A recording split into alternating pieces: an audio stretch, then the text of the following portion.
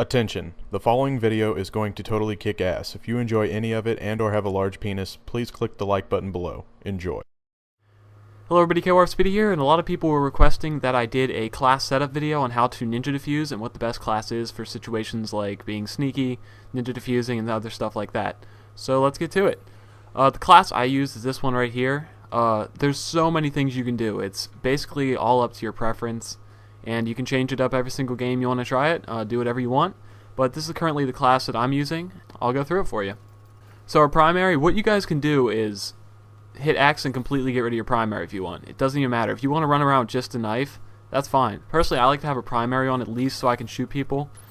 At least gives me the ability to kind of kill someone if I want to, and I like to have the suppressor on there.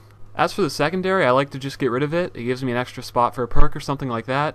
Personally, I hardly even use secondaries, even when I'm playing normally. So for me, it just gives me an extra point to put something else on my class.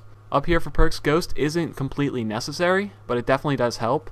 If you guys do not know, Ghost allows it so you cannot be detected by UAVs while moving. So most people who ninja defuse sit still and wait for someone to come get the bomb. So if the enemy has a UAV, you're going to be on it. Now, what I like to do is run counter UAV in my kill streaks. If I do have a kill streak and I hear a UAV's up, I call it in. Otherwise, what I do is just hope that they don't call in a UAV. So it's pretty much just all luck. Ninja defusing never really was too much about skill. It's mostly just being lucky and putting the time in to try to get a few. Another thing Ghost is really nice for is you cannot be detected while planting or defusing the bomb. So as long as that bomb's in your hand, you do not come up on the radar, which is very nice. Definitely helps. Now another thing you can use is blind eye. I personally don't use it because it just makes it so you're undetectable by AI controlled air support.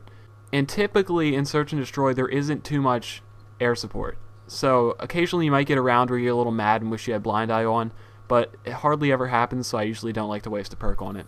As for the second perks, we have Cold-Blooded. It's pretty much the only one here you really need, and it just makes it so you're resistant to targeting systems, and it also makes it so there's no name or red crosshair when you're targeted, so a lot of people might just think you're a dead body, and Cold-Blood is pretty much a must, just to make sure your name doesn't come up.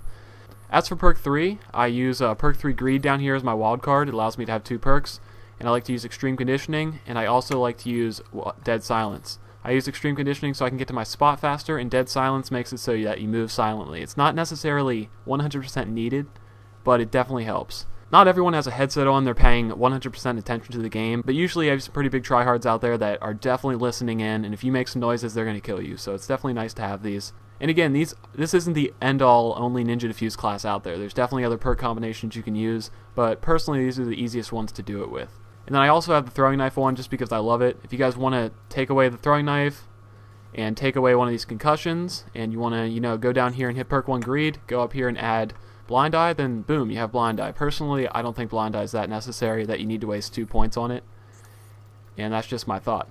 So anyway, back to how I did have my class here. We have the combat axe. That's just in case I want to do a statue defuse and there's no real good spots to lay down at.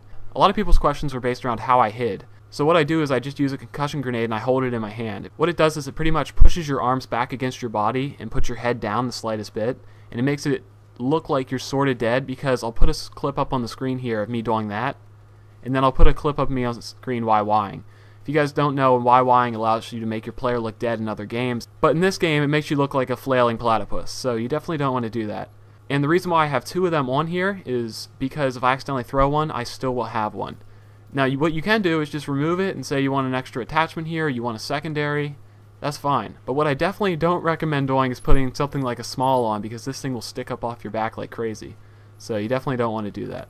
A lot of people are always asking me how hard it is to ninja defuse. I personally don't think it's too hard, but once you try to get fancy with it, it's what I like to do when I make my videos. I like to take like a big riot shield out and pretty much try to be flashy with it. Like getting a ninja defuse by itself isn't the hardest thing in the world, but if you're trying to make it special and you want to have a big riot shield on your back and try to hide with that or somehow get a ninja defuse like that, then that's what you're going to do. So it's all about how you feel and how comfortable you feel with it. If you just want to get a few ninja defuses under your belt and do some pretty simple ones, then go for it. If you want to start picking up the bomb, spinning in circles with the gold riot shield on your back and draw a lot of attention to yourself, you might be able to pull it off, but usually you're not going to be able to, especially if the other team's good.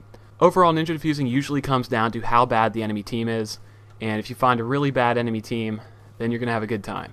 So let me set up my class here, and I'll go into a game, and I'll show you guys tips for picking spots, and we'll get started. Alright, so here we are in Search and Destroy. This is a match on drone here. If you guys are familiar with this map, this is one of the more popular Search and Destroy maps that I keep getting put in. And this map is a really good spot in terms of stuff to hide in. So what you're going to see here is we have some grass, we have some ferns and stuff like that. You can just crawl in here, and what you want to do is try to get into the grass as much as you want. When you're ninja diffusing grass as your friend, just hold in LB or whatever button is the equivalent on PS3, and there you go. You're pretty much sort of hidden. You're kind of moving a little bit. I'll show it in theater, and it does a very good job at hiding you. Now another technique you can use, so let me throw that guy. You can try to find a spot that suits statue diffusing. Now what statue diffusing is, I personally am not the biggest fan of statue diffusing, but some people do like it. Basically, you just find a good spot. This isn't the best spot for it, obviously, but what you do is just hold in your throwing knife, look up, and turn your volume up so you can hear when they plant it, and it kind of like hides you against the wall, and for some reason people don't see you. It never made sense to me, but they don't see you.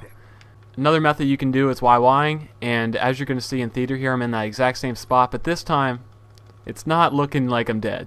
In MW3 this would make me appear dead, but in this game it does not feign death, and ultimately it's just going to get you killed if you're an idiot and try to do this. So hopefully you guys learned a little bit from this video. You definitely don't want to do what you're seeing on the screen right now. That is not going to keep you alive, so yeah, definitely don't do that. So thank you guys for watching. Have a great day.